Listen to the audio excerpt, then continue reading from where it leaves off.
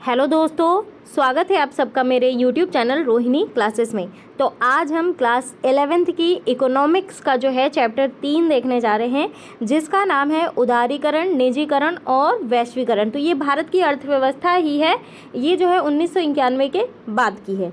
आइए थोड़ा सा समझने का प्रयास करें कि उदारीकरण, निजीकरण और वैश्वीकरण क्या है, मोटी मोटा समझ लेते हैं। इसके बाद हम जो है चैप्टर में तो डिटेल से पढ़ेंगे ही। देखिए क्या हुआ था ना कि 1980 के दशक में जो भारत की अर्थव्यवस्था थी, उस समय महत्वपूर्ण नीतिगत उसमें बदलाव आया। ठीक है, अब ये जानिए कि इस मॉडल को LPG यानी कि उदारीकरण को कहते हैं लिबरलाइजेशन, निजीकरण को कहते हैं प्राइवेटाइजेशन और वैश्वीकरण को कहते हैं ग्लोबलाइजेशन, यानी कि इसे जो है LPG मॉडल के रूप में जाना जाता है। और ये जो मॉडल है ना, इसका जो बेसिक उद्देश्य था, जो मुख्य उद्देश्य था, मेन उद्देश्य था, ये दुनिया की सबसे बड़ी अर्थव्यवस्थाओं के साथ भारत की अर्थव्यवस्था को तेज़ी से विकसित अर्थव्यवस्था बनाना और दूसरी अर्थव्यवस्था के निकट पहुँचना या उनसे आगे निकलना इसका मोटिव था।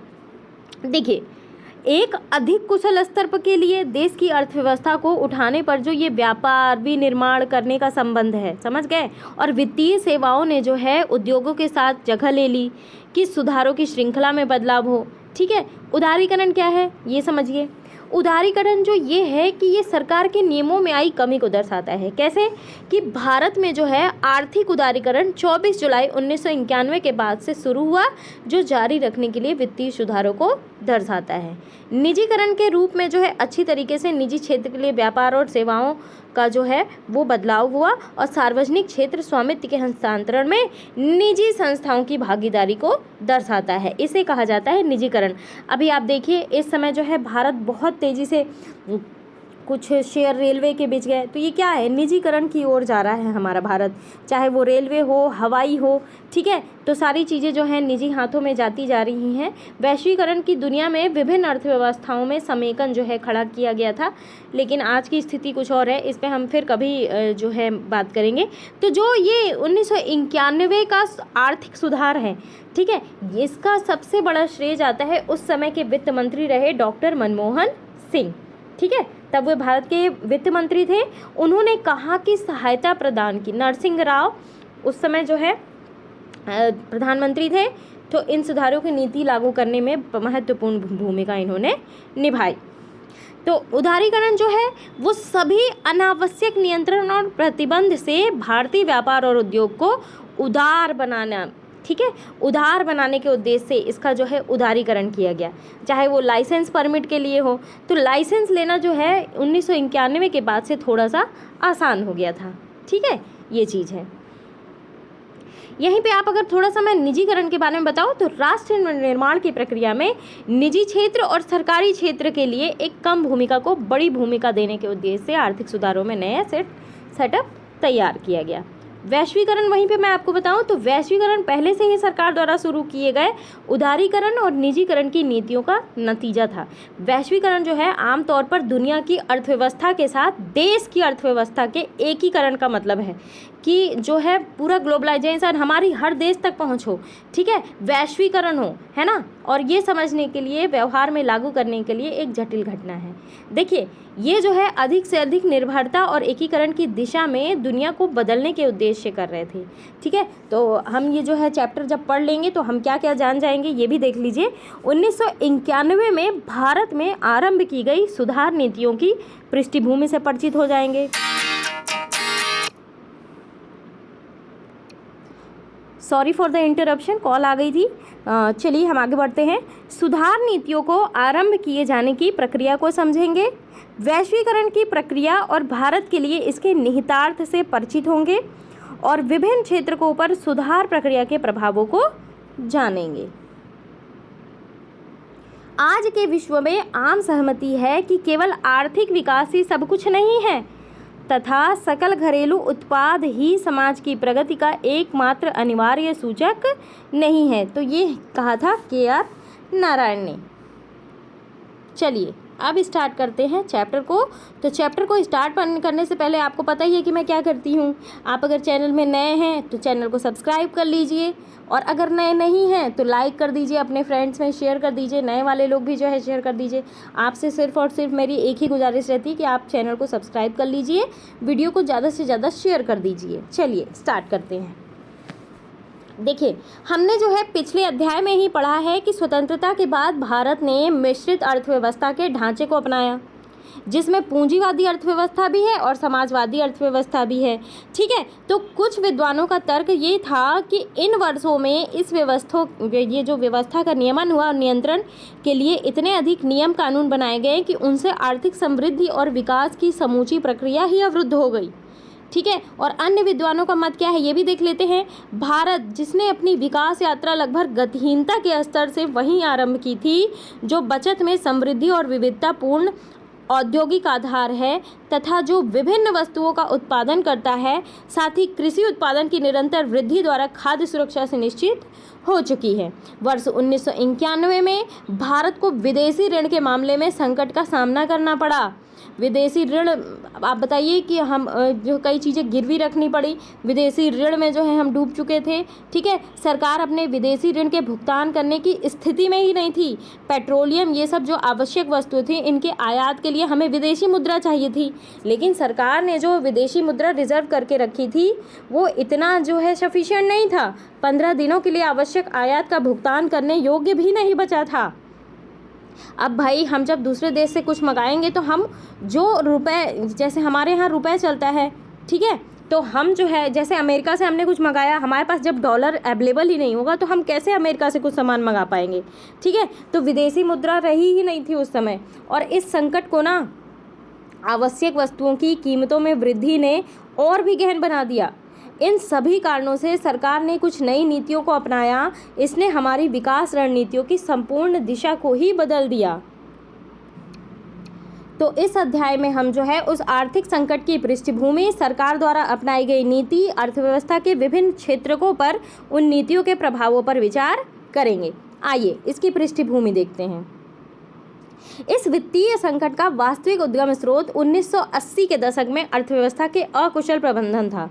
देखिए, सामान्य प्रशासन चलाने और अपनी जो है विभिन्न नीतियों के क्रियान्वयन के लिए सरकार जो है करों, यानी कि टैक्स, और सार्वजनिक उद्यम, ठीक है, जो भी सरकारी पॉलिसी, सामान, ये सब जो होते हैं, इन सब के माध्यम से फंड जुटाती है। जब व्यय जो है आय से अधिक हो जाता है, जैसे आप ये समझ लीजिए कि हमारी सैलरी जो है मान लीजिए 50,000 है, ठीक है, और व्यय जो है हमारा 60,000 है, तो क्या होगा? तो सरकार जो है बैंकों, जनसामान्य, अंतर्राष्ट्रीय वित्तीय संसाधनों से उधार लेगी ना। और जब हम अपनी जो है नीड्स पूरी नहीं कर पाएंगे तो क्या करेंगे? हम उधार मांगेंगे, कहेंगे कि अगले महीने हमारी सैलरी आएगी, हम दे देंगे। तो वही चीज़ सरकार के साथ भी है, बड़े पैमाने पे है। और इस प्रकार वह जो है अपने घाटे का वित्तीय प्रबंधन कर लेती है। ठीक है, ये चीज़ ध्यान रखेंगे। इस प्रकार क्या कहती है? घाटे का वित्तीय प्रबंधन कर लेती है। कच्चे तेल, इन सब के आयात के लिए हमें डॉलरों में भुगतान करना होता है, और ये डॉलर हम अपने उत्पादन के निर्यात द्वारा, यानी कि हमारे यहाँ जो प्रोडक्ट तैयार हुए उसका जब हम दूसरे देश में भेजते हैं, निर्यात करते हैं, तो हमें जो है प्राप्त होता है डॉलर, और वही जो है हम रिजर्व के रूप में रखते हैं, विदेशी मुद्रा रिजर्व के रूप में। ठीक है, इस अवधि में जो है सरकार की विकास नीतियों की आवश्यकता रही। क्यों? क्योंकि राजस्व कम होने पर भी बेरोजगारी, गरीबी, जनसंख्या विस्फोट के कारण ना सरकार को अपने राजस्व से अधिक खर्चा करना पड़ा। यही नहीं, आप ये देखिए कि सरकार द्वारा जो चलाए जा रहे कार्यक्रम थे, इस पर होने वाले व्यय के कारण अतिरिक्त राजस्व की प्राप्ति भी नहीं हुई। और जब सरकार को जो है प्रतिरक्षा और सामाजिक क्षेत्रों पर अपने संसाधनों का एक बड़ा अंश खर्च करना पड़ रहा था, तो ये स्पष्ट था कि उन क्षेत्रों से किसी शीघ्र प्रतिफल की संभावना भी नहीं थी। अब इसकी आवश्यकता थी, सरकार अपने बचे हुए राजस्व का बहुत ही सोच विचार करके प्रयोग करती। ठीक है। बढ़ते हुए जो खर्च थे इनकी पूर्ति के लिए सार्वजनिक उद्यम से भी अधिक आय अर्जित नहीं हो पा रही थी। कई बार तो अंतर्राष्ट्रीय जो संस्था थी ना और अन्य देशों से उधार ली गई विदेश मुद्रा को उपभोग कार्यों पर ही खर्च कर दिया गया। अब इस प्रकार ये देखिए कि अनावश्यक खर्चों को नियंत्रित करने का ना तो कोई प्रयास किया गया और ना ही निरंतर बढ़ते आयात के लिए वित्त जुटाने की दृष्टि से निर्यात संवर्धन पर ही जो है पर्याप्त ध्यान दिया गया।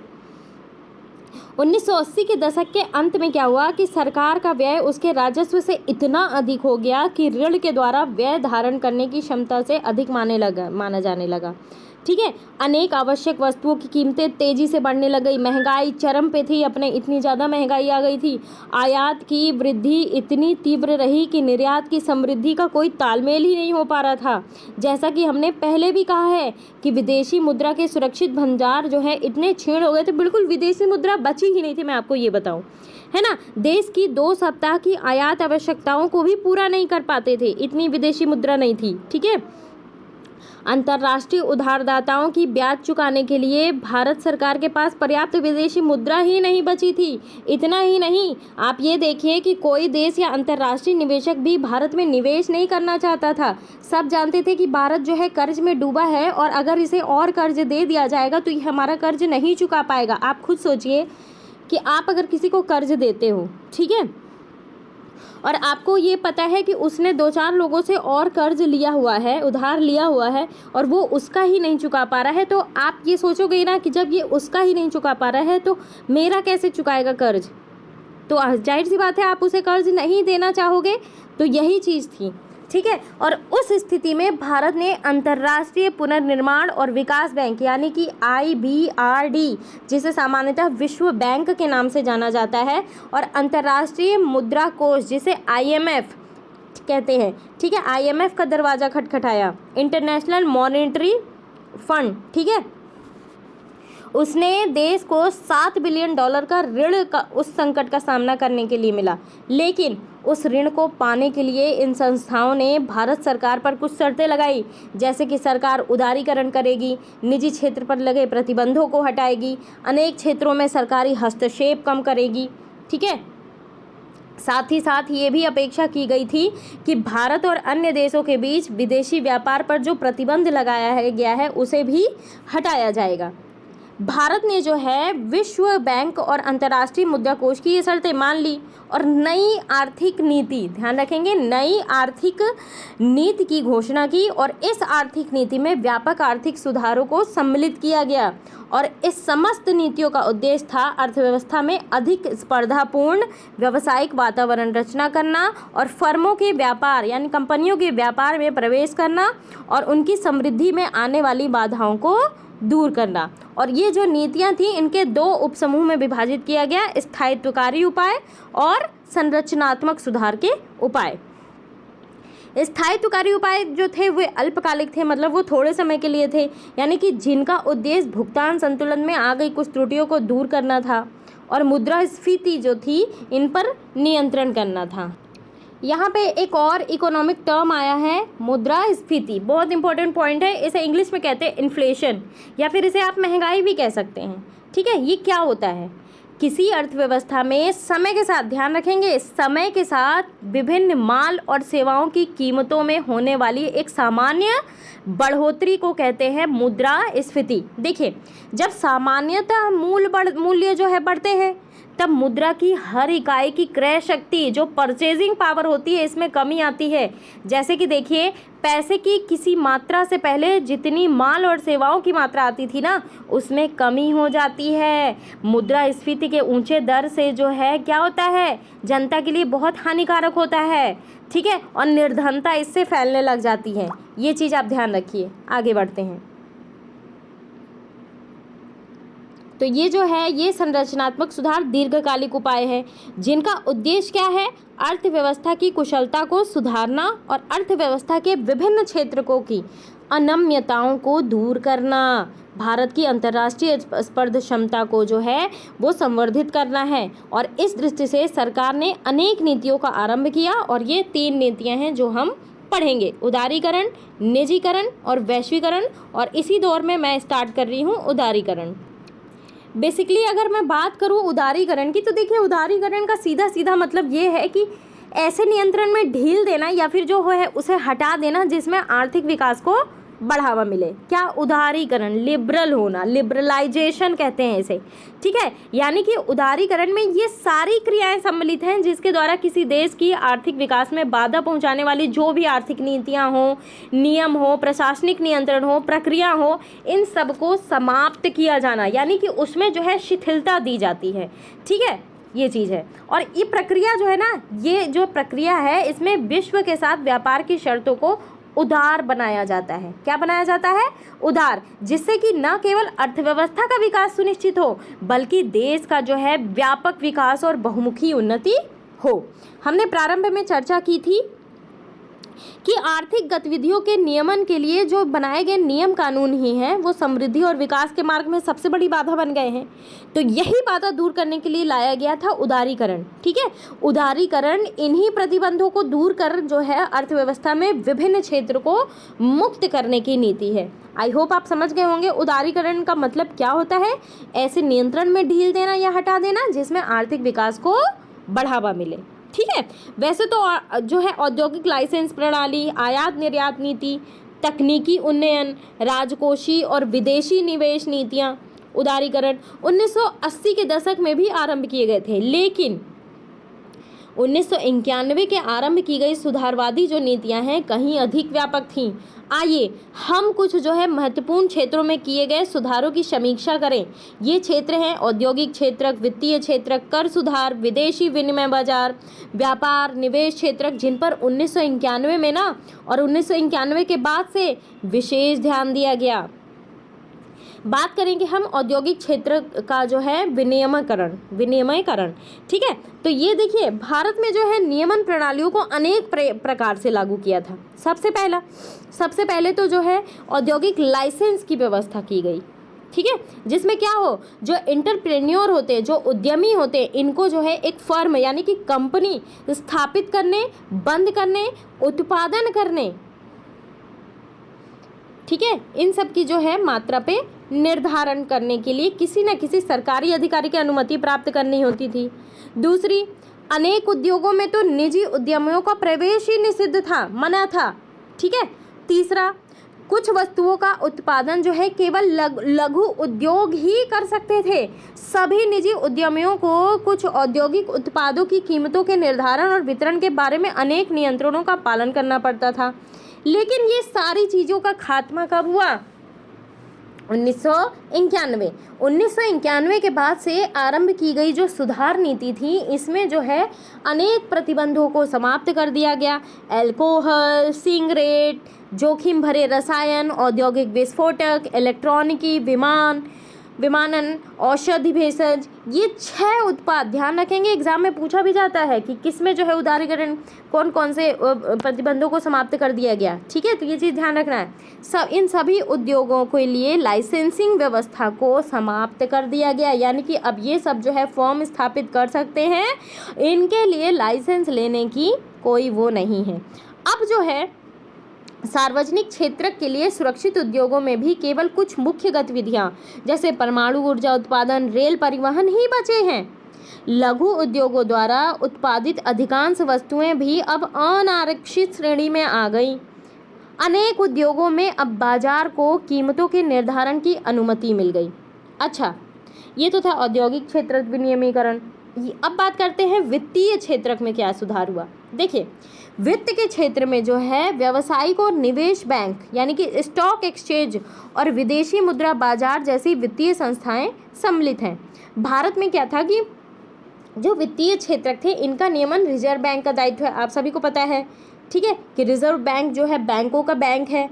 भारतीय रिजर्व बैंक के विभिन्न नियमों और कसौटी के माध्यम से ही ना बैंकों और अन्य वित्तीय संस्थानों के कार्यों का नियमन होता है, ठीक है। रिजर्व बैंक ही ये तय करता है कि कोई बैंक अपने पास कितनी मुद्रा जमा रख सकता है। यही जो है रेपो, रिवर्स रेपो, ब्याज दर, ये सारी चीज़ों को नियत करता है, ठीक है। विभिन्न क्षेत्रों को उधार देने की प्रकृति जो है यही तय करता है रिजर्व बैंक। वित्तीय क्षेत्रक सुधार नीतियों का एक प्रमुख उद्देश्य ये भी था कि रिजर्व बैंक को इस क्षेत्र के नियंत्रक की भूमिका से हटाकर उसे इस क्षेत्र के एक सहायक की भूमिका तक सीमित कर दिया गया है। इसका अर्थ क्या हुआ?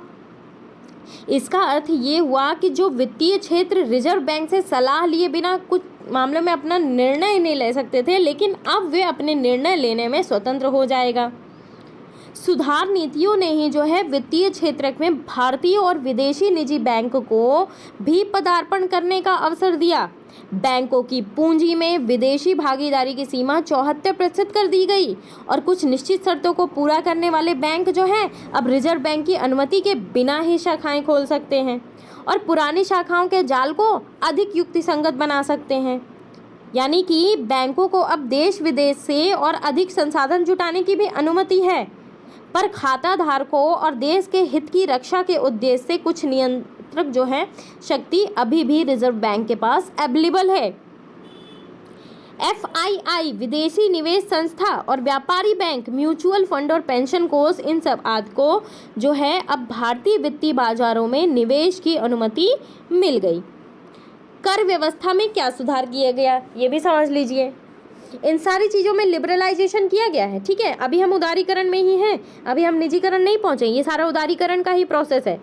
कर व्यवस्था में किस प्रकार सुधार किया गया ये समझिए। इन सुधारों का संबंध सरकार के कराधान और सार्वजनिक व्यय नीतियों से है। यहाँ पे भी एक टर्म आया है कराधान, इसको समझने का थोड़ा सा प्रयास करिए। देखिए, आप सभी को पता है कि भारत एक विशाल जनसंख्या वाला देश है और इसलिए बड़ी आबादी की आजीविका का प्रबंधन करने के लिए सरकार को एक अनिवार्य जो है योगदान के साथ जो है देना पड़ता है। और इसके लिए सरकार फंड कहाँ से जुटाएगी? कर के माध्यम से, टैक्स के माध्यम से। तो टैक्स जो है सरकार को विभिन्न परियोजनाओं को शुरू करने में मदद करता है। ठीक है, कर जो है भुगतान लोगों को कई स्तरीय लाभ करता है, जैसे राष्ट्र का विकास, ढांचे में सुधार, समाज के विकास, राष्ट्र कल्याण के लिए गतिविधियाँ। भाई सरकार तो कहाँ से पैसा लेगी? जनता से ही पैसा लाएगी ना। तो कराधान क्या है? कराधान एक प्रोसेस है। क्या है? एक ऐसी प्रक्रिया है जिसके द्वारा देश की सरकार अपने खर्चों का भुगतान करने के लिए अपने लोगों यानी कि अपने देश की जनता से धन एकत्रित करती है। यह आय से लेकर पूंजीगत करों तक सभी प्रकार के अनिवार्य करों पर लागू होता है। मैं भी टैक्स पे करती हूँ। क्यों? क्योंकि हमारे राष्ट्र का विकास हो। क्यों? क्योंकि हमारे ढांचे में सुधार हो। क्यों? क्योंकि समाज का विकास हो। क्यों? क्योंकि राष्ट्र के कल्याण की गतिविधियां हो। ये जो आप रोड लाइटें है ना, सारी चीज़ें जो सरकारी सुविधाएं जो हैं ये इनका लाभ उठा रहे हैं, ये कैसे हो रहे हैं? ये हमारे पैसे से हो रहे हैं। हम टैक्स पे करते हैं, इसलिए सरकार जो है सारी योजनाओं का इम्प्लीमेंटेशन करती है। ठीक है, तो कराधान जो है सभी प्रकार के भुगतानों से अलग है। इसे किसी अनुमति की आवश्यकता नहीं है। यह किसी भी जनरेट की गई सेवा से सीधे जुड़ा नहीं है। ठीक है, तो इसे जो है बेसिकली हम राजकोषीय नीति भी कह सकते हैं। ठीक है, करों के दो प्रकार होते हैं, एक तो होता है प्रत्यक्ष कर और एक अप्रत्यक्ष कर। तो सबसे पहले आप ये समझिए प्रत्यक्ष कर क्या होते हैं। देखिए, प्रत्यक्ष कर वे कर होते हैं जो प्राधिकरण को भुगतान किए जाते हैं। ठीक है, यानी कि इसके बिना किसी मध्यस्थ के लगाता है। यानी कि ये जो कर होते हैं ये किसी अन्य इकाई में स्थानांतरित नहीं किया जा सकता, इसका सीधे भुगतान किया जाता है, यानी कि डायरेक्ट। ठीक है, डायरेक्ट टैक्स, इनडायरेक्ट टैक्स जैसे होता है। और इनडायरेक्ट टैक्स क्या होता है? इनडायरेक्ट टैक्स जो है, अप्रत्यक्ष कर जो है वस्तुओं और सेवाओं पर लगाया जाता है। किस पे लगाया जाता है? वस्तुओं और सेवाओं पे। जबकि प्रत्यक्ष कर क्या होता है? ये आय पे यानी कि इनकम पे लगाया जाता है। जैसे हम सभी लोग, मतलब मैं जैसे टीचर हूँ तो मैं जो है कैसा टैक्स पे करती हूँ? मैं जो है डायरेक्ट टैक्स, प्रत्यक्ष कर यानी कि मेरी आय पे जो है टैक्स लगता है। ठीक है, ध्यान रखेंगे। और मध्यस्थ के माध्यम से इसका भुगतान किया जाता है। प्रत्यक्ष कर जो है व्यक्ति की आय और व्यावसायिक उद्यमों के लाभ पर लगाए जाते हैं। 1991 के बाद से व्यक्तिगत आय पर लगाए गए करों की दरों में निरंतर कमी की गई। इसके पीछे मुख्य धारणा ये थी कि उच्च कर दरों के कारण ही कर वंचन होता है। ठीक है, और अब जो है ये व्यापक रूप से स्वीकार किया जाता है कि करों की दरें अधिक ऊंची नहीं हो तो बचतों को बढ़ावा मिलता है और लोग स्वेच्छा से अपनी आय का विवरण दे देते हैं। निगम कर क्या होता है? निगम कर क्या होता है? Corporate tax. निगम कर की दर जो थी वो जो पहले बहुत अधिक थी धीरे धीरे कम कर दी गई। अप्रत्यक्ष करों में भी सुधार के प्रयास किए जा रहे हैं, जैसे वस्तुओं और सेवाओं पर लगाए जाने वाले कर, ताकि सभी ये जो जीएसटी, एसजीएसटी, सीजीएसटी ये सब क्या लगता है? ये क्या वस्तुओं सेवाओं पर ही लगता है ना, ताकि सभी वस्तुओं और सेवाओं के लिए एक साझे राष्ट्रीय स्तर के बाजार की रचना की जा सके। ठीक है, जीएसटी इसी रेफरेंस में लाया गया है। वर्ष 2016 में अप्रत्यक्ष कर प्रणाली को एकीकृत और सरल बनाने के लिए भारतीय संसद द्वारा सेवा कर अधिनियम 2016 यानी कि goods and service tax GST 2016 कानून को पारित किया गया और यह कानून जुलाई 1, 2017 से लागू हुआ। कई बार एग्जाम में पूछा जा चुका है कि जीएसटी कब लागू हुई? 1 जुलाई 2017, ध्यान रखेंगे।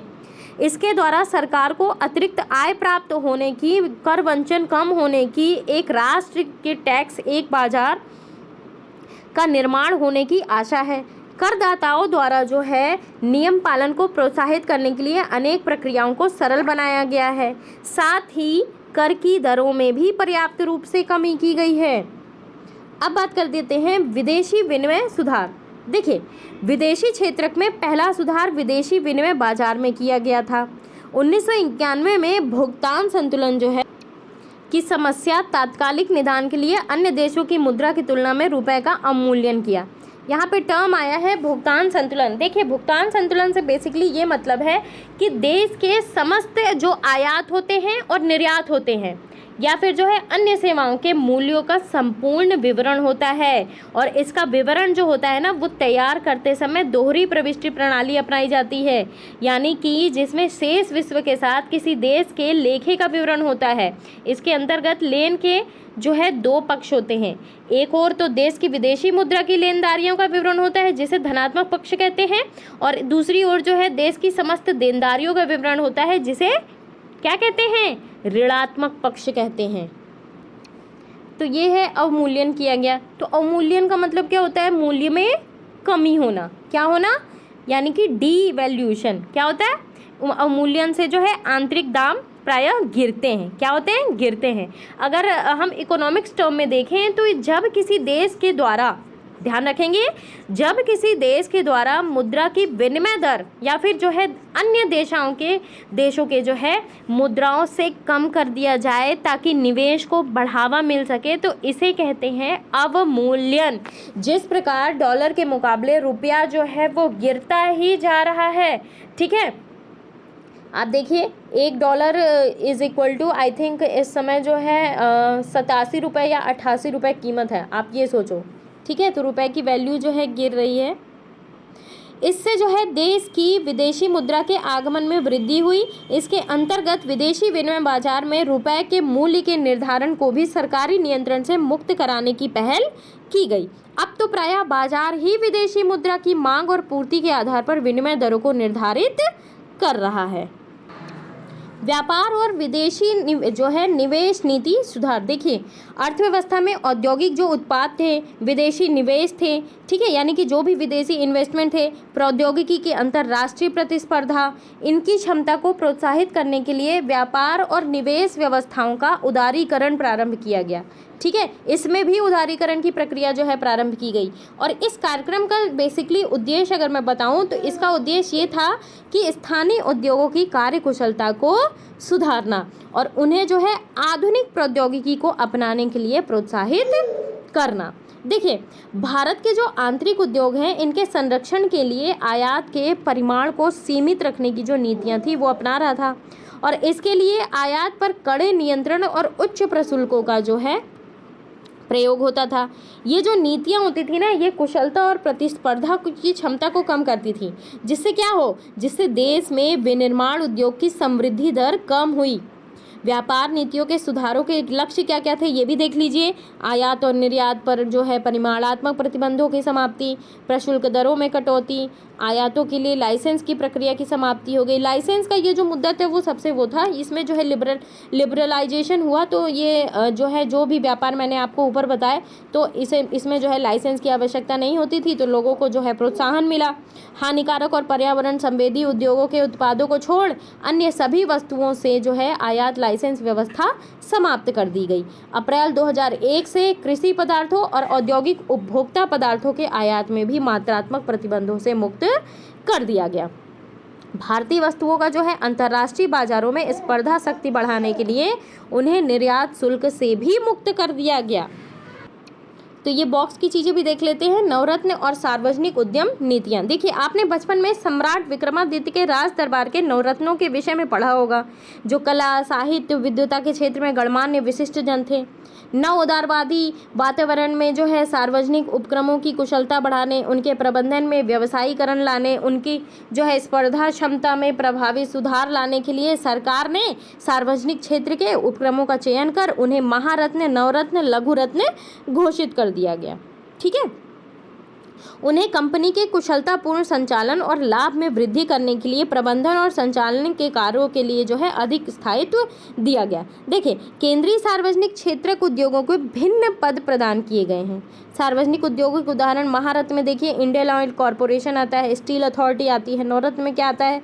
हिंदुस्तान एरोनॉटिक्स लिमिटेड, महानगर टेलीफोन निगम। लघु रत्न में क्या आता है? भारत संचार निगम लिमिटेड, एयरपोर्ट अथॉरिटी। ठीक है, तो ये सारी चीज़ें। तो बेसिकली महारत्न, नवरत्न और जो लघु रत्न है, इन कंपनियों को विभिन्न श्रेणियों में उनके जो है टर्नओवर, मार्केट कैपिटल और लाभ के आधार पर वर्गीकृत किया गया है। ठीक है, ये चीज़ ध्यान रखिएगा। तो अगले पार्ट में जो है हम निजीकरण देखेंगे। समय बहुत ज़्यादा हो रहा है और आप भी बोर हो जाएंगे क्योंकि ये इकोनॉमिक्स है। इकोनॉमिक्स के एक टर्म में जो है अपने आप में कॉन्सेप्ट है। ठीक है, तो उदारीकरण आई होप आपको समझ में आ गया होगा। अगले पार्ट में हम देखेंगे निजीकरण। कैसा लगा ये वीडियो ज़रूर आप मुझे कमेंट बॉक्स में बताएं। चैनल को सब्सक्राइब ना किया हो तो ज़रूर कर लें, वीडियो को शेयर कर दें। Thank you very much.